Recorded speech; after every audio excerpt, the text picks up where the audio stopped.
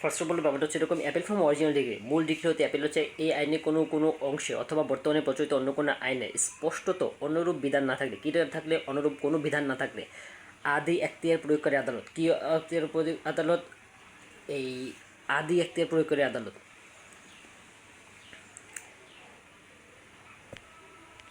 মানে original degree প্রয়োগকারী আদালত প্রদত্ত ডিগ্রি, আদি এখতিয়ার কর্তৃক প্রদত্ত ডিগ্রি হতে আপিল শ্রবণের ক্ষমতা সম্পন্ন আদালতে আপিল দায়ের করতে হবে। ঠিক আছে, হচ্ছে গিয়া অ্যাপিল মানে প্রয়োগকারী আদালত হতে অ্যাপিল শ্রবণ করতে পারে এমন আদালতে হচ্ছে গিয়া ক্ষমতা প্রয়োগ করতে হবে, মানে এমন আদালতে অ্যাপিলটা দায়ের করতে হবে। এখতিয়ার সম্পন্ন মূল ডিগ্রি বিরুদ্ধে আপিল দায়ের করা যাবে। An appeal May lie from an original degree past ex parte, একতরফা মূল ডিগ্রির বিরুদ্ধে অ্যাপিল দায়ের করা যাবে। কি দায়ের করা যাবে? একতরফা সম্পূর্ণ মূল যে ডিগ্রি সেটার বিরুদ্ধে অ্যাপিল দায়ের করা যাবে। পক্ষগণের সম্মতিতে আদালত কোনো ডিগ্রি দান করলে এর বিরুদ্ধে কোনো অ্যাপিল চলবে না। No appeal shall lie from a decree passed by the court with the consent of the parties, পক্ষগণের সম্মতিতে, কাদের সম্মতিতে? পার্টিদের সম্মতিতে আদালত কোনো ডিগ্রি দান করলে এর বিরুদ্ধে কোনো ধরনের অ্যাপিল চলবে না। কি চলবে না? কোন ধরনের অ্যাপিল চলবে না। আচ্ছা, তাহলে অ্যাপিল একটা আইনগত অধিকার, সহজাত অধিকার নয়। আইনের বিধান থাকলে অ্যাপিল করা যাবে। অ্যাপিল মূল কার্যক্রমের ধারাবাহিকতা এবং মূল মোকদ্দমার একটা স্তর। কী ধরনের স্তর? মূল কার্যক্রমের ধারাবাহিকতা, মূল মোকদ্দমার একটা স্তর। যেসব ডিগ্রির বিরুদ্ধে অ্যাপিল চলে, মূল এখতিয়ার সম্পন্ন কোনো আদালতের ডিগ্রি এবং একতরফা মূল ডিগ্রি, ঠিক আছে, একতরফা মূল ডিগ্রি এবং মূল এখতিয়ার সম্পন্ন আদালতের ডিগ্রি, দুইটা ক্ষেত্রে অ্যাপিল চলে। আচ্ছা,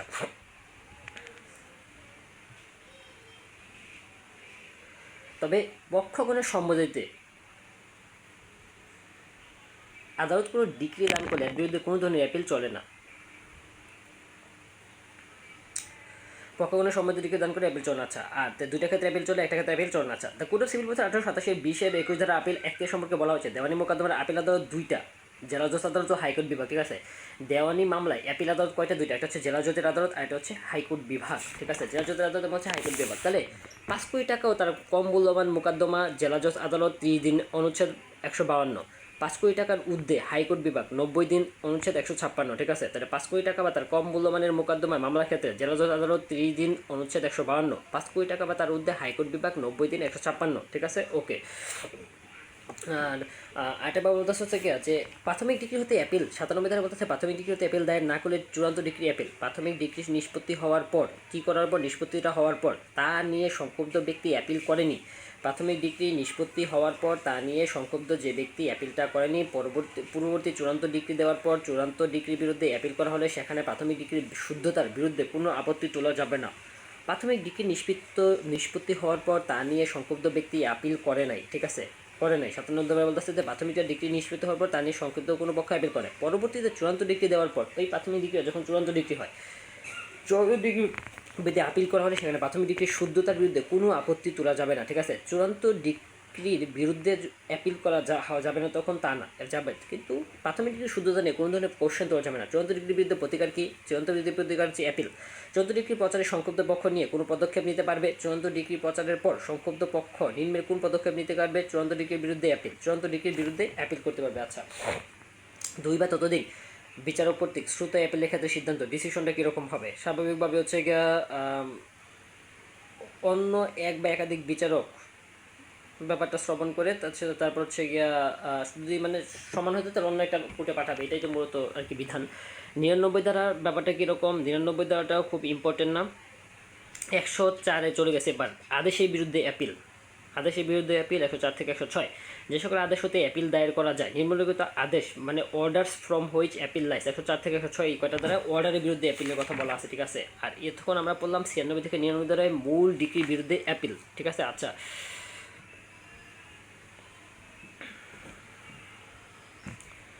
নিম্নলিখিত আদেশের বিরুদ্ধে অ্যাপিল করা চলবে। এই আইনের কোনো অংশে, কোনো পার্টে বা বর্তমানে বলবৎ অন্য কোনো আইনের স্পষ্ট অনুরূপ বিধান না থাকলে অন্য কোনো আদেশ হতে অ্যাপিল করা যাবে না। FF এর হচ্ছে 35 ক ধারার অধীনে প্রদত্ত আদেশ, 95 ধারার অধীনে প্রদত্ত আদেশ এবং ডিক্রিতে জারিত বা দেওয়ানি জেলে আটকের আদেশ ব্যতীত, ডিক্রিতে জারিত বা দেওয়ানে মানে আটকের আদেশ ব্যতীত, ডিক্রি জারিতে গ্রেপ্তার, ডিক্রি জারির মাধ্যমে গ্রেপ্তার করা হইলে বা দেওয়ানি জেলে আটকের আদেশ ব্যতীত, এই দুইটা ক্ষেত্র ব্যতীত। ঠিক আছে, একটা হচ্ছে ডিক্রি জারির মাধ্যমে গ্রেপ্তার এবং দেওয়ানি জেলে প্রেরণের আদেশ, এই দুইটা ব্যতীত যে কোনো বিধানের অধীনে জরিমানা করা হলে আরোপ বা কোনো ব্যক্তিকে গ্রেপ্তার বা দেওয়ানি জালে আটক করা, আর এই দুইটার ভিতর ডিক্রি জারিতে গ্রেপ্তার বা দেওয়ানি জালে আটক, ডিক্রি জারির মাধ্যমে যদি গ্রেপ্তার করে বা দেওয়ানি জালে আটক করে, এই দুইটা আদেশ ব্যতীত অন্য যে কোনো ব্যক্তিকে গ্রেপ্তার বা দেওয়ানি জালে আটকের আদেশের ক্ষেত্রে তোমার করা যাবে, তোমার ওই অ্যাপিল করা যাবে। ঠিক আছে। আচ্ছা, যে সকল বিধির অধীনে অ্যাপিল স্পষ্ট অনুমতি রয়েছে, ঠিক আছে, সেই সকল বিধির অধীনে প্রদত্ত আদেশ, ঠিক আছে, যে সকল বিধিতে স্পষ্ট বিধান রয়েছে। আচ্ছা, তবে শর্ত থাকে যে চতুর্থভাবে বর্ণিত কোনো আদেশের বিরুদ্ধে অ্যাপিল চলবে না, ঠিক আছে, 35 ক ধারার অধীনে প্রদত্ত আদেশের বিরুদ্ধে অ্যাপিল চলবে না। এই অজুহাত ব্যতীত যে কোনো আদেশ না দেওয়া বা অপেক্ষাকৃত অল্প পরিমাণ অর্থ প্রদানের আদেশ দেওয়া উচিত ছিল। এ ধারা অনুসারে আমি তো আপিল প্রদত্ত কোনো আদেশের বিরুদ্ধে অ্যাপিল চলবে না। আচ্ছা, মূল কথা হচ্ছে সকল আদেশের বিরুদ্ধে অ্যাপিল দায়ের করা যায় না, তবে কোনো কোনো আদেশের বিরুদ্ধে অ্যাপিল চলবে, তা ধারা 104 ও অর্ডার 43 এর বিধি একে উল্লেখ করা চলে আছে। 104 আদেশে যেসব আদেশের বিরুদ্ধে অ্যাপিল চলে, এটা হচ্ছে 35 ক ধারার অধীনে প্রদত্ত আদেশ, মিথ্যা বা বিবৃতিকর দাবি বা আত্মসমর্থনমূলক। 35 ক ধারার অধীনে প্রদত্ত আদেশ, ঠিক আছে। আচ্ছা, 95 ধারার অধীনে প্রদত্ত আদেশ, জরিমানা ও গ্রেপ্তার অথবা দেওয়ানি কারাগারে আটকের আদেশ। এখানে ডিক্রি জারির উদ্দেশ্যে গ্রেপ্তার বা দেওয়ানি কারাগারে আটকের আদেশ ছাড়া এই জরিমানা বা গ্রেপ্তার অথবা দেওয়ানি কারাগারে আটকের আদেশের বিরুদ্ধে সাধারণত কী চলে? জরিমানা, গ্রেপ্তার এবং দেওয়ানি কারাগারে আটকের আদেশের বিরুদ্ধে অ্যাপিল চলে। কিন্তু ডিক্রি জারির উদ্দেশ্যে ডিক্রি জারির উদ্দেশ্যে গ্রেপ্তার করা হলে বা দেওয়ানি কারাগারে আটক করা হলে অ্যাপিল চলবে না। যে সকল বিধির অধীনে অ্যাপিলের স্পষ্ট অনুমতি হচ্ছে সে সকল বিধির অধীনে প্রদত্ত আদেশ, সেটা একটা 25টা বিধি। 104(2) অনুসারে অ্যাপিল প্রদত্ত আদেশের বিরুদ্ধে পুনরায় আপিল চলবে না। 104(2) অনুসারে অ্যাপিল প্রদত্ত আদেশের বিরুদ্ধে পুনরায় কি অ্যাপিল চলবে না, অর্থাৎ দ্বিতীয় অ্যাপিলের সুযোগ নেই। এখানে বলছে দ্বিতীয় অ্যাপিলের যে সুযোগ নাই সেটা কোথায় বলা আছে? 104(2)-এ।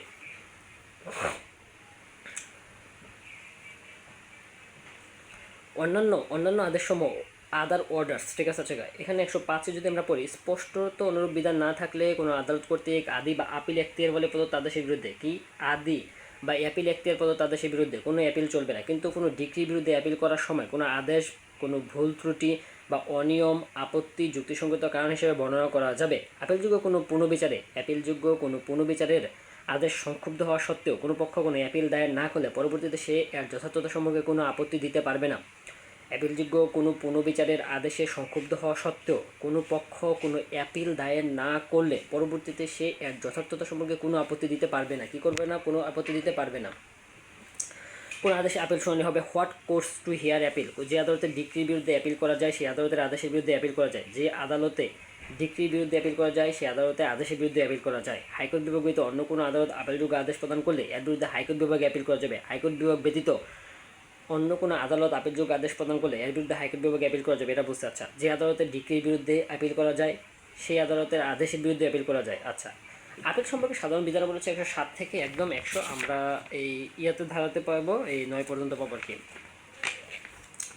Power of appellate court, power of appellate আদালতের ক্ষমতা কীরকম? যে সকল শর্ত ও নিয়ন্ত্রণ বিধি দ্বারা হতে পারে তার সাপেক্ষে কোনো আপিল আদালতের নিম্নোক্ত ক্ষমতাগুলো থাকবে। আপিল আদালতের যেসব ক্ষমতা থাকবে, এটা হচ্ছে চূড়ান্তভাবে নিষ্পত্তি করা, পুনর্বিচারের জন্য মামলাটা পাঠানো, বিচার্য বিষয় গঠন ও সেগুলো বিচারের জন্য প্রেরণ, বিচার্য ফ্রেমিং অফ ইস্যু এবং রেফার দেম ফ্রম ট্রায়াল। আচ্ছা, অতিরিক্ত সাক্ষ্য প্রমাণ গ্রহণ করা বা গ্রহণের নির্দেশ দান করা, অ্যাডিশনাল এভিডেন্স নেওয়া এবং such evidence two be taken, অর্থাৎ গ্রহণের নির্দেশ দান করা। অতিরিক্ত সাক্ষ্য প্রমাণ গ্রহণ করতে পারে এবং গ্রহণের নির্দেশ দান করতে পারে। আচ্ছা, আরেকটা বাবদ হচ্ছে কেমন মূল এখতিয়ার সম্পন্ন আদালতের মামলার বিষয়ের উপর যে ক্ষমতা এবং কর্তব্য আছে, আপিল আদালতের এরূপ ক্ষমতা ও কর্তব্য থাকবে। তাহলে মূল এখতিয়ার সম্পন্ন, এটা মনে রাখতে হবে, মূল এখতিয়ার সম্পন্ন আদালতের মামলার বিষয়ের উপর, কোনো একটা মামলার বিষয়ের উপর, ঠিক আছে, সাবজেক্টের উপর যে ক্ষমতা এবং কর্তব্য আছে, যে ক্ষমতা পাওয়ার আছে এবং কর্তব্য আছে, আপিল আদালতেরও এরূপ ক্ষমতা ও কর্তব্য থাকবে। ঠিক আছে। আচ্ছা, অ্যাপিল আদালতে কী থাকবে? এই ধরনের ক্ষমতা এবং কর্তব্য থাকবে। আচ্ছা, অ্যাপিল আদালতের ডিক্রি ও আদেশ হতে অ্যাপিলের পদ্ধতি, প্রসিডিউর ইন অ্যাপিল ফ্রম অ্যাপিলের ডিক্রিস অ্যান্ড অর্ডার।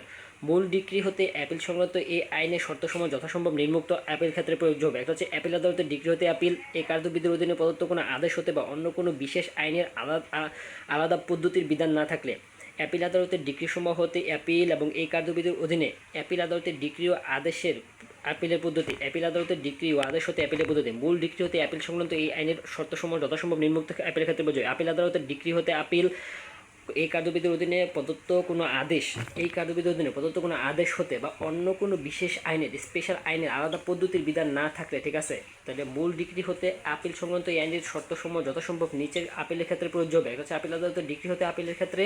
আর অন্য কোনো আদেশ অন্য কোনো বিধির অধীনে আদেশ ও বিশেষ আইনের আদালত পদ্ধতি বিধান না থাকলে অ্যাপিল বিভাগের নিকট অ্যাপিল হচ্ছে 109 থেকে 112 হচ্ছে সুপ্রিম কোর্ট যখন আপিল দায়ের করা যায় সুপ্রিম কোর্ট সময় সময় যে সকল বিধি তৈরি করবে এই সব শর্ত সাপেক্ষে আপিল দায়ের করা যাবে। হাইকোর্ট বিভাগ বা চূড়ান্ত আপিল, হাইকোর্ট বিভাগ বা চূড়ান্ত আপিল, ঠিক আছে, চূড়ান্ত আপিল এখতিয়ার সম্পন্ন অপর কোনো আদালতের আপিলের প্রদত্ত রায়, ডিক্রি ও চূড়ান্ত আদেশ হতে আপিল বিভাগের নিকট আপিল করা যাবে। হাইকোর্ট বিভাগ বা চূড়ান্ত আপিল আদালতের রায়, ডিক্রি ও চূড়ান্ত আদেশ, ঠিক আছে, রায়, ডিক্রি, চূড়ান্ত আদেশের বিরুদ্ধে কী করা যাবে? রায়, ডিক্রি, চূড়ান্ত আদেশের বিরুদ্ধে কোথায় করা যাবে? তোমার অ্যাপিল আদালতে আবেদন করা যাবে। হাইকোর্ট বিভাগ কর্তৃক আদি দেওয়ানি এখতিয়ার প্রয়োগকালে প্রদত্ত রায়, ডিক্রি ও চূড়ান্ত আদেশ হতে হাইকোর্ট বিভাগ এর আদি দেওয়ানি, ঠিক আছে। আচ্ছা, হাইকোর্ট বিভাগে কি অরিজিনাল, হ্যাঁ, হাইকোর্ট বিভাগে প্রদত্ত অরিজিনাল দেওয়ানি রায়, ডিক্রি ও চূড়ান্ত আদেশ হতে। আচ্ছা, যে ক্ষেত্রে কোনো মামলার আপিল বিভাগের নিকট আপিলযোগ্য বলে প্রত্যয়ন করা হয় সেক্ষেত্রে প্রদত্ত যে কোনো রায়, ডিক্রি বা চূড়ান্ত আদেশ হতে আপিল দায়ের করা চলবে। তিনটা ক্ষেত্রে করা চলে, আপিল বিভাগে তিনটা ক্ষেত্রে আপিল করা যাবে। একটা হচ্ছে তোমার হাইকোর্ট বিভাগ ও চূড়ান্ত আপিল এখতিয়ার সম্পন্ন আদালতের কোনো রায়, ডিক্রি বা আদেশের বিরুদ্ধে, হাইকোর্ট বিভাগ কর্তৃক অরিজিনাল বা আদি এখতিয়ার সম্পন্ন কোনো রায়, ডিক্রি বা আদেশের বিরুদ্ধে। আর যে কোনো মামলার আপিল বিভাগের নিকট আপিলযোগ্য বলে প্রত্যয়ন করা হয়, কোনো একটা মামলা যদি আপিল বিভাগের নিকট প্রত্যয়ন করা হয় যে সেই বিভাগে আপিল চলবে, সেক্ষেত্রে সেই ক্ষেত্রে বিষয়বস্তু মূল্যমান 109 ধারা বিধান সাপেক্ষে মামলার বিষয়বস্তু মূল্য 20,000 টাকা বা তার বেশি হতে হবে। আইনে গুরুত্বপূর্ণ প্রশ্ন জড়িত থাকলে আপিল বিভাগে আপিল দায়ের করা যাবে। আচ্ছা, আইনে গুরুত্বপূর্ণ প্রশ্ন থাকলে আপিল বিভাগে করা যায়, আপিল দায়ের করা যায়। ওকে, আচ্ছা, এবার আমরা